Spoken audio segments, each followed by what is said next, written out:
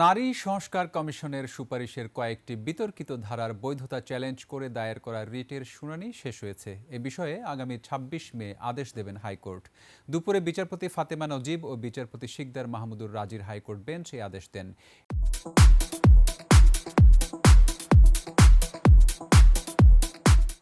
এর আগে নারী সংস্কার কমিশনের বিতর্কিত ধারা ও সাংঘর্ষিক বিষয় পর্যালোচনার জন্য বিশেষজ্ঞ কমিটি গঠনের নির্দেশনা চেয়ে হাইকোর্টে রিট দায়ের করা হয়।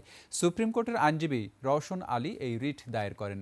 জানান, নারী সংস্কার কমিশনের প্রতিবেদনের কয়েকটি ধারা ইসলামী শরিয়া ও জনগণের ধর্মীয় অনুভূতির পরিপন্থী এবং সংবিধানের সঙ্গে সাংঘর্ষিক হওয়ায় রিটটি দায়ের করা হয়।